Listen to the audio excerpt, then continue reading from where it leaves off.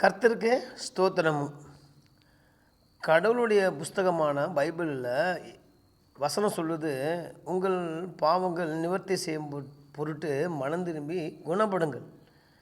இங்கே பார்க்குறோம், பாவ நிவர்த்தி சரி செய்யும் பொழுது மனம் திரும்பி குணமடைகிறோம். பாவங்களால் நம்முடைய நோய்கள் உருவாகிறது. சிகரெட்டு, பீடி, கோட்ரு இதனால் நோய்கள் உருவாகிறது. சரிங்களா? அதே போல் உலகத்தின் பிரகாரமாக செய்கிற குடி, கும்மாளம், கோட்ரு இதெல்லாம் உலகத்தின் பிரகாரம் சரீரத்துக்கு நோய் கொண்டு வருது. அப்புறம் சோத்திரம், இந்த மனம் திரும்பாமல் இருக்கிறது, இருதயத்துக்குள்ளே ஒன்று வச்சுக்கிட்டு வெளியே பேசுகிறோம் ஒன்று இல்லை, அது மனம் திரும்பாதது. அது இருதயத்துக்குள்ளே உள்ள அந்த சந்தோஷத்தை அது அணைச்சி போட்டுரும், ஆஃப் ஆக்கிரும். அப்போ நம்ம இருதயத்துக்குள்ளே மனம் திரும்புகிற பொழுது நம்ம எந்த தீமையும் செய்ய மாட்டோம். இருதயத்தில் மனம் திரும்பினா நம்ம எந்த தீமையும் நம்ம என்ன பண்ண மாட்டோம், செய்யவே மாட்டோம். அதான் இயேசு கிறிஸ்து சொல்கிறாரு, உங்கள் பாவங்கள் நிவர்த்தி செய்யும் பொருட்டு மனம் திரும்பி குணப்படுங்கள்.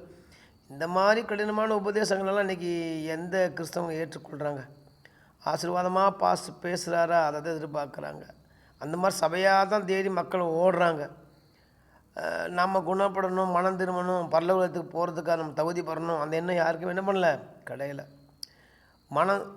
மனம் திரும்பும் பொழுது நம்ம குணப்படுகிறோம். மனசு திரும்பணும், மனசுக்குள்ளே நம்ம வாழ்க்கை கர்த்தருக்கு நேராக கடவுளுடைய பக்தி நம்ம மனசுக்குள்ளே வரணும். வெளிப்பிரகாரமாக காமிச்சிக்கிறதுக்காக வரக்கூடாது. மனசுக்குள்ளார கர்த்தருடைய பக்தி நமக்கு வரணும். அந்த மனம் திரும்பல வந்தால் அகத்தின் அழகு முகத்தில் தெரியுது போல் அகம் சுத்தமாகும் போது நம்ம உடம்புலும் சுத்தமாக மாறிவிடும் பிள்ளைங்களே. ஆகவே நாம் என்ன பண்ணுவோம், நம்முடைய பாவங்கள் நிவர்த்தி செய்யும் பொருட்டு மனம் திரும்புவோம், குணப்பட்டு கர்த்தருடையது எல்லாத்தையும் பெற்றுக்கொள்ளுவோம். கர்த்தருடையது பணத்தில், படிப்பில், பதவியில், சொந்தங்களில், பந்தங்களில் யாராலையுமே கர்த்தருடையது பெற்றுக்கொள்ள முடியாது. மனம் திரும்பும் பொழுது கண்டிப்பாக கர்த்தருடைய நன்மைகளை பெற்றுக்கொள்வோம். கர்த்தருக்கு ஸ்தோத்திரம். உங்களையும் என்னையும் இயேசுசாமி ஆசீர்வதிப்பாராக.